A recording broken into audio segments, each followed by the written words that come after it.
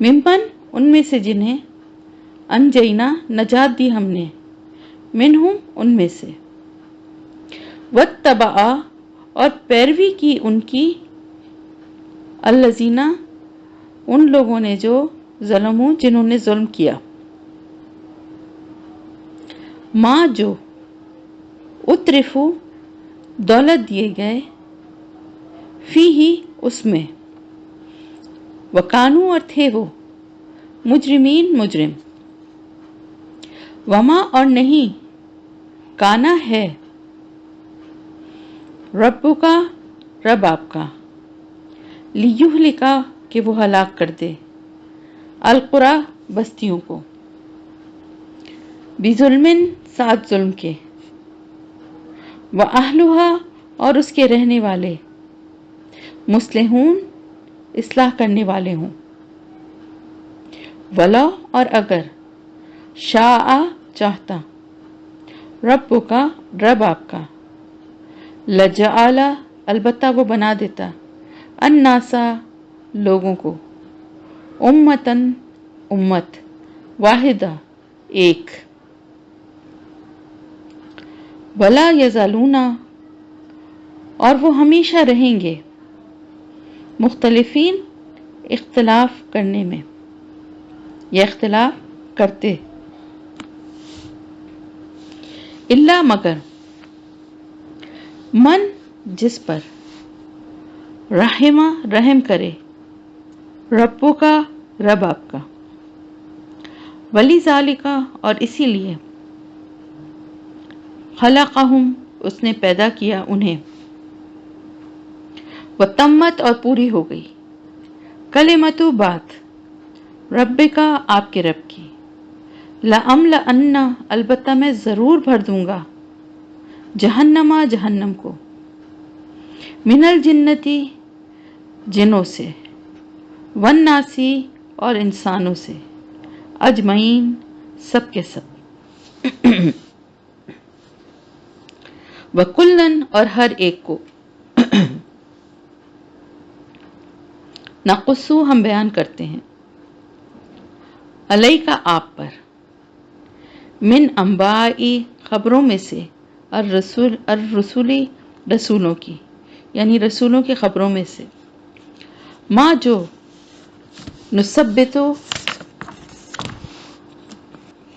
ہم مضبوط کرتے ہیں، بھی ساتھ اس کے، فؤادکا آپ کے دل کو، وجاءکا اور آ گیا آپ کے پاس، فی ہذہ اس کے بارے میں، یعنی اس میں اور بریکٹ میں آئے گا کے بارے، اس کے بارے میں، الحق حق، وموعظۃ اور نصیحت، وذکریٰ اور یاد دہانی، للمومنین ایمان لانے والوں کے لیے، وقل اور کہہ دیجئے، للذین ان لوگوں کو جو، لا یؤمنون نہیں وہ ایمان لاتے، اعملوا عمل کرو، علی مکانتکم اپنی جگہ پر، انا بے شک ہم، عاملون عمل کرنے والے ہیں، وانتظروا اور انتظار کرو، انا بے شک ہم، بریکٹ میں بھی، منتظرون انتظار کرنے والے ہیں، وللہ اور اللہ ہی کے لیے ہے، غیب السماواتی غیب آسمانوں کا، والارضی اور زمین کا، والیہ اور اسی کی طرف، یرجع لوٹایا جاتا ہے، الامر معاملہ، کلہ سارے کا سارا، فاعبدہ پس عبادت کیجئے اس کی، وتوکل اور توکل کیجئے، علیہ اس پر، وما اور نہیں، رب کا آپ کا رب، بغافلن غافل، اما اس سے جو، تعملون تم عمل کرتے ہو، صدق اللہ العظیم۔ یہاں پر آپ کی سورہ ہود کمپلیٹ ہوئی اور شروع ہو رہی ہے سورہ یوسف۔ اور سورہ یوسف کو شروع کرنے سے پہلے تھوڑی سی اس کے بارے میں ہم بات کر لیتے ہیں، تھوڑا سا اس کو جان لیتے ہیں، اس کا بیک گراؤنڈ، اور اس کے بعد ہم اس کا لفظی ترجمہ کریں گے۔ اس کا زمانہ نزول اور اس کا سبب نزول دونوں جو ہیں وہ میں آپ کو پہلے تو بتاؤں گی کہ زمانہ جو ہے سورت کا جو مضمون ہے اس سے یہ ظاہر ہوتا ہے کہ یہ بھی مکے کے قیام کے آخری دور میں نازل ہوئی ہوگی یہ صورت بھی،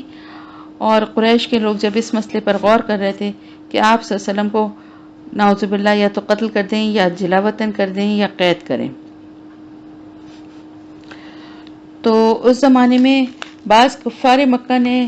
یہودیوں سے بھی اپنے رابطے کیونکہ بنائے ہوئے تھے، تو ان سے بھی انہوں نے جب اس سلسلے میں مشورہ کیا تو انہوں نے ان کو یہ بتایا، ان سے یہ کہا کہ حضور صلی اللہ علیہ وسلم کا امتحان لینے کے لیے ان سے یہ سوال کریں کہ بنی اسرائیل جو تھے ان کا مصر جانے کی کیا وجہ تھی، کیونکہ وہ تو فلسطین میں رہتے تھے نا، تو وہاں سے وہ مصر کیوں گئے. اور چونکہ عرب میں اس قصے کی، اس واقعے کے بارے میں کسی کو کوئی علم نہیں تھا، بالکل ناواقفیت تھی،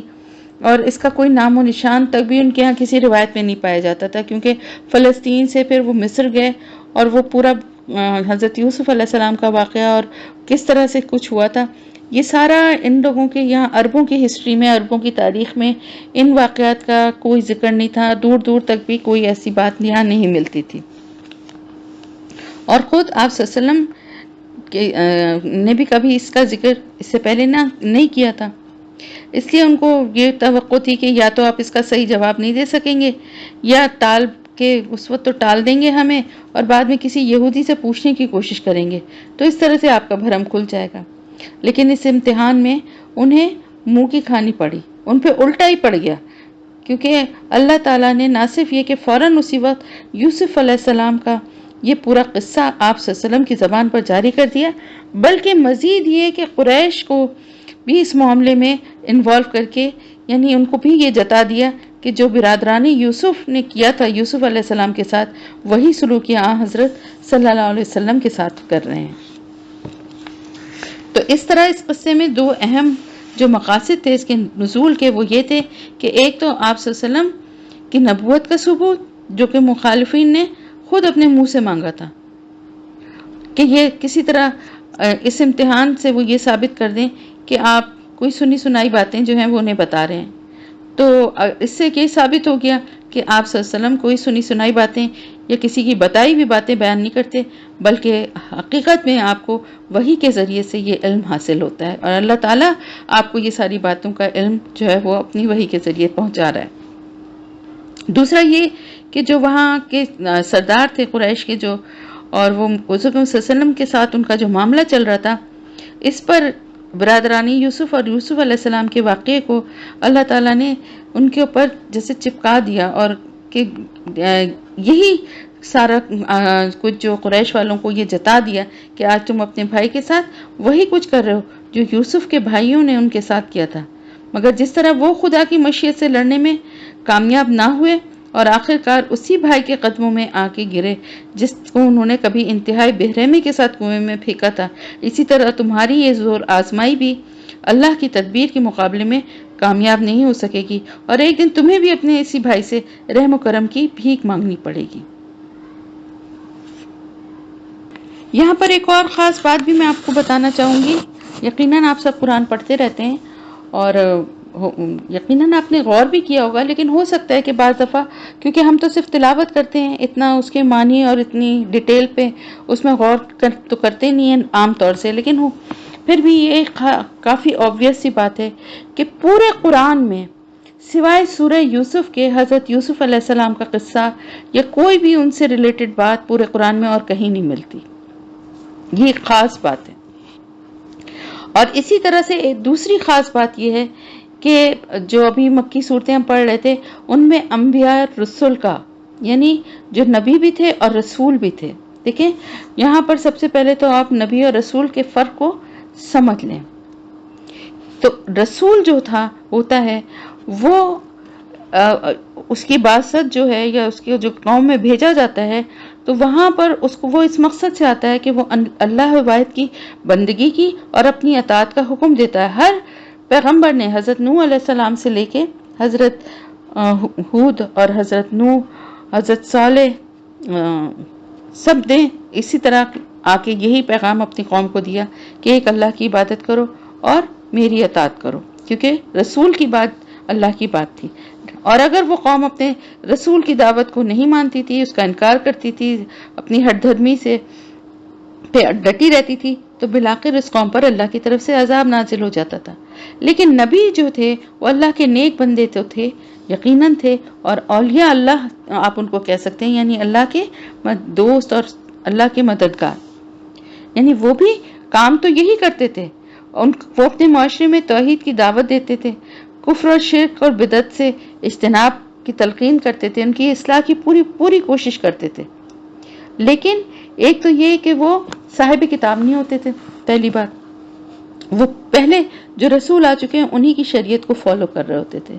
دوسرے براہ راست وہی کا اتنا نزول ان پہ نہیں ہوتا تھا، اور وہ ان کا جو مقصد ہوتا تھا نا، وہ پچھلے جو پیغمبروں کی تعلیمات جو تھی ان کے سلسلے کو آگے تک یعنی اس کو ہی جاری رکھنا ہوتا تھا، ٹھیک ہے۔ اور جب بالکل شرک اور کفر میں کوئی قوم مبتلا ہو جاتی تھی اور تمام نبیوں کی جو تعلیمات کو بھول جاتی تھی، تو پھر رسول آتے تھے۔ تو آپ یہ دیکھیں کہ بنی اسرائیل میں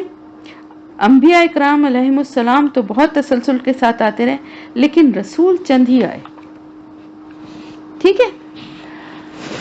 اور پھر بات یہ ہے کہ اس صورت میں اور بھی کچھ باتیں اور واقعات کے ذریعے، یعنی جو کچھ بھی آپ اب انشاءاللہ تعالیٰ آگے پڑھیں گے کہ کس طرح سے برادران یوسف تھے، پھر عزیز مصر، پھر اس کی بیوی، پھر وہاں کی اور بیگمات جو تھیں، اور پھر مصر کے جو بادشاہ تھا، ان سارے کرداروں کو اللہ تعالیٰ نے اس طرح سے بیان فرمایا ہے۔ اس کو احسن القصص بھی کہا جاتا ہے، بہترین قصہ قرآن میں کہا گیا ہے، یعنی یہ بہترین اس انداز میں کہ دیکھو اللہ کے نیک بندے جو ہیں وہ اللہ کی بندگی اور آخرت کے حساب پر یقین کے ساتھ پیدا ہوتے ہیں، اور ان کو وہ کردار جو کفر اور جاہلیت اور دنیا پرستی میں اللہ سے اور آخرت سے بے نیاز ہوتے ہیں، وہ کتنا بھی ان کو بہکانے کی اور ان کو اپنے جال میں پھنسانے کی کوشش کریں تو بھی وہ اپنی کوششوں میں کامیاب نہیں ہوتے۔ تو مزید جو ہے تھوڑی سی بات آپ کو یہ بھی یقیناً پتہ ہوگی، لیکن میں بتا دیتی ہوں آپ کو کہ حضرت یوسف علیہ السلام جو تھے وہ حضرت یعقوب علیہ السلام کے بیٹے تھے، اور حضرت یعقوب علیہ السلام حضرت اسحاق علیہ السلام کے بیٹے اور حضرت ابراہیم علیہ السلام کے پڑپوتے تھے، یعنی یہ ایک چین ہے۔ حضرت یوسف علیہ السلام، ان کے والد حضرت یعقوب، ان کے والد حضرت اسحاق، ان کے والد حضرت ابراہیم۔ حضرت ابراہیم علیہ السلام کے پڑ پوتے تھے حضرت یوسف علیہ السلام۔ سمجھ میں آ گئی بات؟ یعنی نسل در نسل پیغمبروں کی جو نسل میں سے یہ پیدا ہوئے تھے، جس کے ابتدا ہوئی تھی حضرت ابراہیم علیہ السلام سے، اور پھر اس کے بعد حضرت اسحاق علیہ السلام، پھر حضرت یعقوب علیہ السلام، اور پھر حضرت یوسف علیہ السلام۔ اور یہ بھی ہمیں ملتا ہے، قرآن میں بھی اس کے اشارے ملتے ہیں، اور بائبل میں مزید تفصیل بھی ہے کہ حضرت یعقوب علیہ السلام کے 12 بیٹے تھے، حضرت یوسف اور ان کی 4 بیویاں تھیں، اور یہ بھی ایک بڑی لمبی کہانی ہے۔ انشاءاللہ تعالیٰ قصص الانبیاء میں جب ہم کریں گے تو میں آپ کو یہ واقعہ جو ہے، جب ہم حضرت یوسف علیہ السلام اور اس سے پہلے حضرت یعقوب علیہ السلام پہ پہنچیں گے تو میں آپ کو اس کی ڈیٹیل بتاؤں گی کہ کس طرح 4 بیویاں تھیں، اور ان سے پھر یہ جو 10 جو تھے وہ دوسری بیویوں سے تھے، اور حضرت یوسف علیہ السلام اور ان کے چھوٹے بھائی بن یامین جو تھے وہ ایک بیوی سے تھے، جو کہ ان کی بہت محبوب بیوی تھی، اور ان سے شادی کے لیے بھی جو جس طریقے سے انہوں نے کی تھی وہ بھی ایک ایسی بات ہے کہ جو ڈیٹیل میں انشاءاللہ تعالی ہم کریں گے بعد میں، یہاں پر بہت زیادہ تفصیل ہو جائے گی تو وہ بھی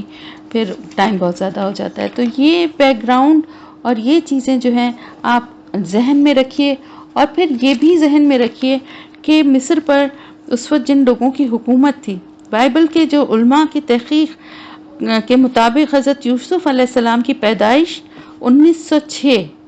قبل مسیح کے لگ بھگ زمانے میں ہوئی تھی۔ 1906 کا مطلب کیا ہے؟ یعنی 1906 حضرت عیسیٰ علیہ السلام کی پیدائش سے 1906 سال پہلے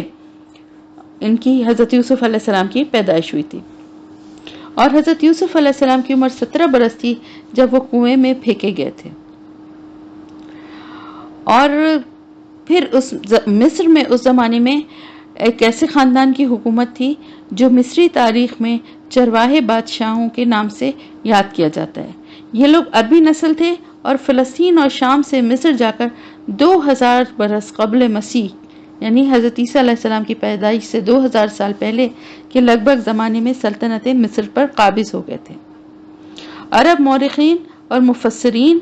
مفسرین قرآن ان کے لیے امالیق کا نام استعمال کیا. تو جب حضرت یوسف علیہ السلام وہاں پہنچے اور ان کی حکومت میں حضرت یوسف علیہ السلام کو عروج حاصل کرنے کا موقع ملا تو بنی اسرائیل وہاں ہاتھوں ہاتھ لیے گئے اور اس لیے وہ وہاں جا کے آباد ہو گئے. تو یہ تھی وہ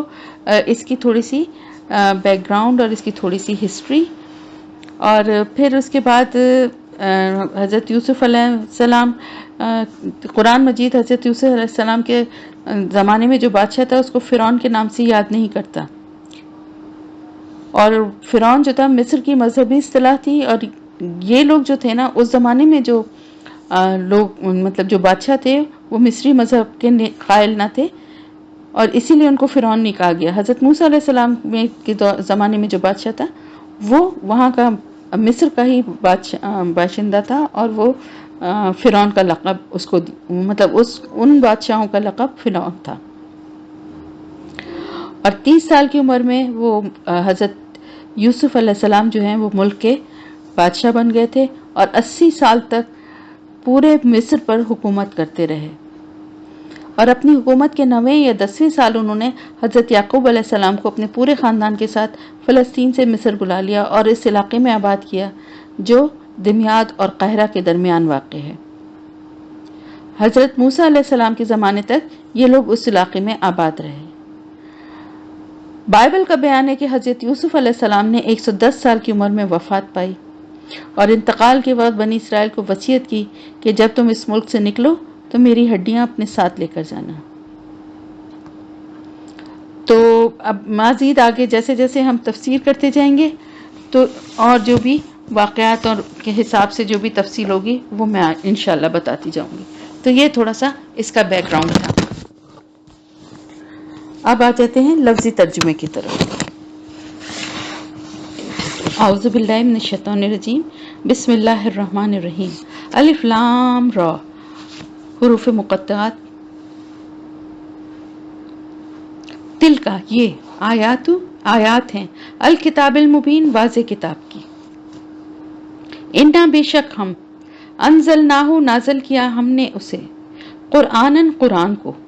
عربین عربی میں لعلکم تاکہ تم تعقلون تم سمجھ سکو. نحنو ہم نقصو ہم بیان کرتے ہیں علیکا آپ پر احسن القصصی بہترین واقعوں میں سے بہترین قصوں میں سے بما بوجہ اس کے جو اوحینا وہی کیا ہم نے الیکا آپ کی طرف حاضہ یہ القرآن قرآن وَإِنْ اور بے شک کنتا تھے آپ من قبل ہی اس سے پہلے لمن الغافلین البتہ بے خبروں میں سے غافلوں میں سے بے خبروں میں سے یعنی اس سے پہلے اس کی خبر نہیں تھی آپ کو. اس جب قالا کہا یوسف نے لی ابی ہی اپنے والد سے یا ابتی اے میرے ابا جان انی بے شک میں رأیتو دیکھا میں نے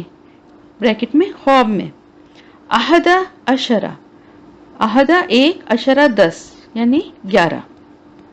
احدہ عشرہ 11 کوکبن ستاروں کو والشمسہ اور سورج والقمرہ اور چاند کو رأیتہم دیکھا میں نے انہیں لی اپنے لیے ساجدین سجدہ کرتے ہوئے. قالا اس نے کہا یعنی ان کے باپ نے حضرت یعقوب علیہ السلام نے یا بنیا اے میرے بیٹے لا تقصص نہ تم بیان کرنا رؤیا کا خواب اپنا علی اخوتک اپنے بھائیوں پر فیکیدو بس وہ چالیں چلیں گے لکا تیرے لیے کئی دن ایک چال